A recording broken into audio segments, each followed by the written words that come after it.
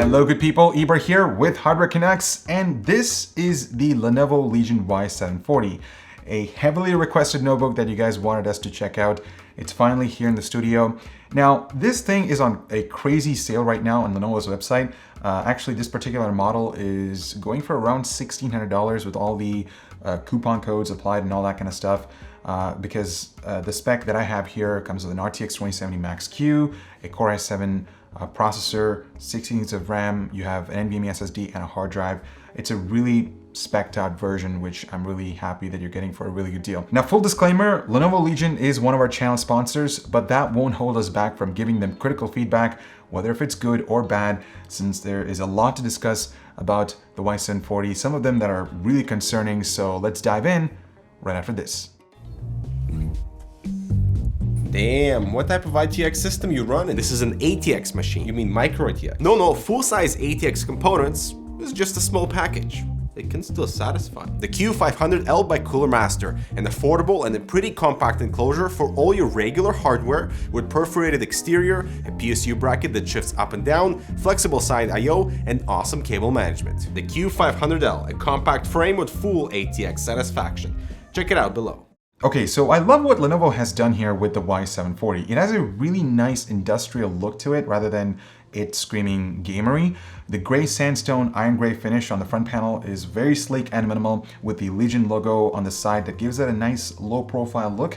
The same can be said with the interior. I'm glad that they didn't go with a brushed plastic material like some other notebook manufacturers do. The build quality is really good, especially for the price you pay. I mean, you get a nice combination of hard plastic and aluminum materials that gives it a nice, robust feel, and I really love it. Legion has definitely stepped up in the design and build quality department, especially with their notebooks right now compared to what was being offered 3 or 4 years ago.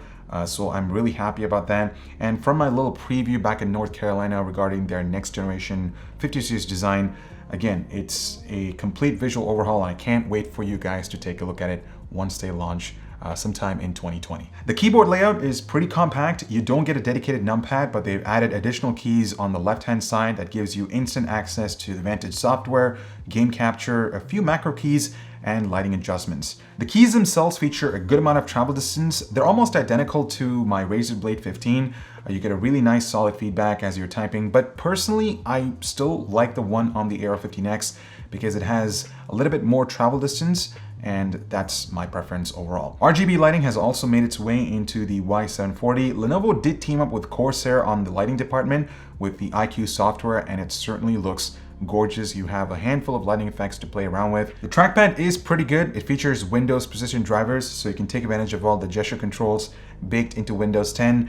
But I'm gonna be very honest, I'm actually really spoiled by the glass surface found on the Razer Blade 15 because the surface on that is smoother compared to the slightly more resistant surface that you're getting on the Y740. The webcam is located at the bottom and the quality is not that impressive. I mean, for one, it is at an odd location pointing at your nose.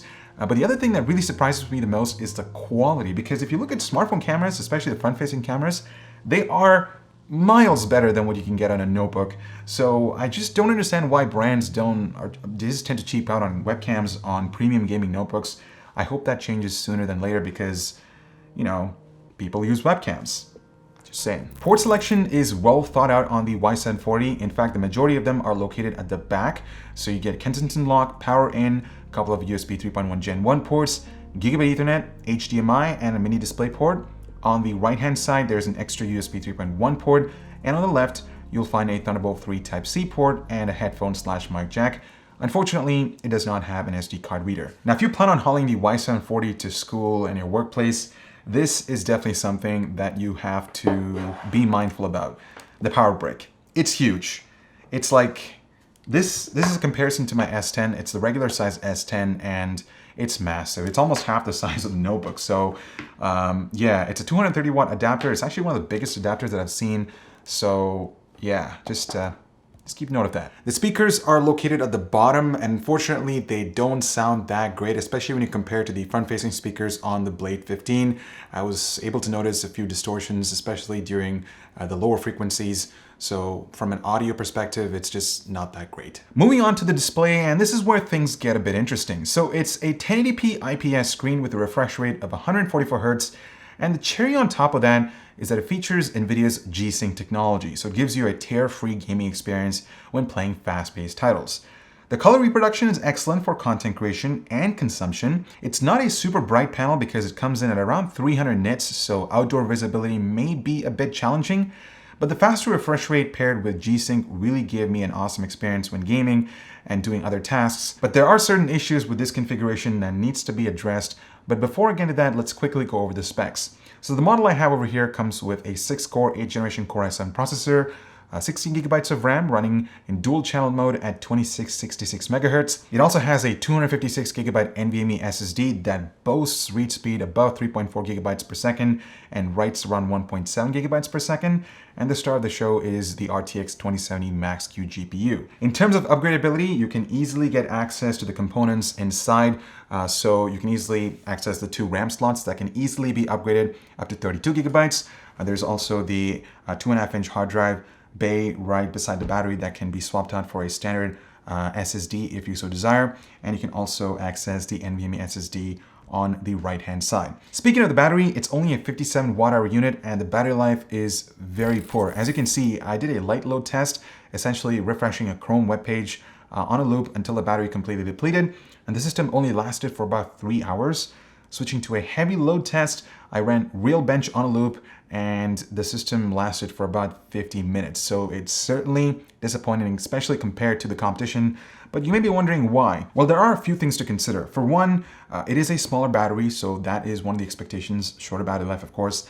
And the other thing is that out of the box, Lenovo has G-Sync enabled, so it's basically running off the RTX 2070 for the most part because Maximus is not turned on, and by default, UHD graphics is also completely disabled, so you can't really take advantage of quick sync when you're rendering a video, and that is certainly something that raises some red flags, especially as a content creator.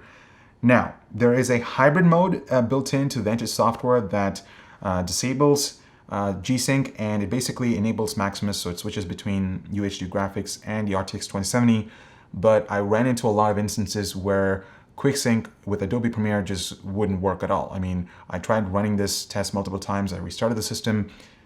No luck. It just doesn't want to work. So there's a lot of driver optimization issues, at least with my model. So, I mean, if you're an existing Y740 user and if you've been experiencing some of these rendering issues, especially with quick sync or trying to get quick sync to work, I'd love to know that in the comments down below. But I'm overall not really happy with the modes or the different performance modes on this laptop. The other thing that I wanted to mention is that the clock speeds were consistently above 3.8 gigahertz regardless of the scenario. So whether if I was browsing the web or gaming, that kind of got me to thinking whether or not if Intel SpeedStep technology was enabled on this notebook. And the fact of the matter is, I tried going to the BIOS, I tried looking for that setting, and I just couldn't find it. So basically, if you're on battery mode, regardless of plugged in or without it having plugged in, it's going to run at those higher clock speeds. That is definitely one of the factors contributing to the lower battery life. With that out of the way, let's actually get into the performance segment. So the 6-core 12-thread CPU is a strong performer for rendering. The consistent 4 GHz clock speeds tops the charts compared to the Aero 15X and my Razer Blade 15. Now, taking a look at rendering performance, again, like I said before, quick sync just does not want to work on the Y740. So I took the same 13-minute 4K project, I exported it to the YouTube 4K preset, and it uses the RTX 2070 to render the entire video, and it took over 24 minutes to complete that task compared to less than 15 minutes that I get on the Aero 15X and the Razer notebook. Now, gaming on the other hand was, as expected, really good. You can easily push over 100 frames per second in most AAA titles at the highest preset, and again, when you pair this up with the 144Hz G-Sync display, there's nothing really to complain about. Now, taking a look at temperatures, on a full synthetic load using IDA64, the CPU did get relatively warm at around 81°C with clock speeds at 3.8 to 3.9 GHz on all 6 cores. So thermally, this notebook does a fantastic job cooling the chip at those speeds. The RTX 2070 Max-Q did peak at 73°C, which is the coolest that I've seen on an RTX notebook, and the clock speeds were shifting back and forth between 1300 and 1500 MHz, which does align really well within NVIDIA's spec sheet. Fan noise is also surprisingly really good. It doesn't, sound like a jet fan compared to the Aero 15X, but the one thing that I do want to bring up is that I wish if Lenovo actually gave us the custom fan profiles to tweak within the Vantage software, because, you know, even during idle scenarios, you can still hear a little bit of that hum, and I think that's, again, partly due to, you know, the CPU running at 3.8 gigahertz consistently, so it has to cool that processor at that clock speed. So I guess this brings us to the conclusion. And guys, you know, I was really excited when I got the Y740 in the studio, because I thought this was going to be the notebook that I would completely switch over to, because, you know, the specs are quite amazing and I love the design. It's a really well thought out notebook, but there are things like Intel SpeedStep and of course the hybrid mode and the switch to that. It really does concern me the most, especially when QuickSync, if it doesn't work when rendering videos as a content creator, it's just really not going to benefit me at all. So that really does suck, and the shorter battery life, things like that. But when you look at the price of the Y740, it's actually one of the cheapest RTX notebook that you can buy right now in the market with an RTX 2070, and with that crazy sale going online. I don't think you can go wrong with a notebook like this, but again, be aware of all the limitations with this notebook. And if you're an existing Y740 user, I would love to know your thoughts about your experience with it. I'm Ibar with Hardware Canucks. Thank you so much for watching. Make sure to check out some relevant content over here. Subscribe for more cool content. I'm signing off, and I'll see you guys in the next one.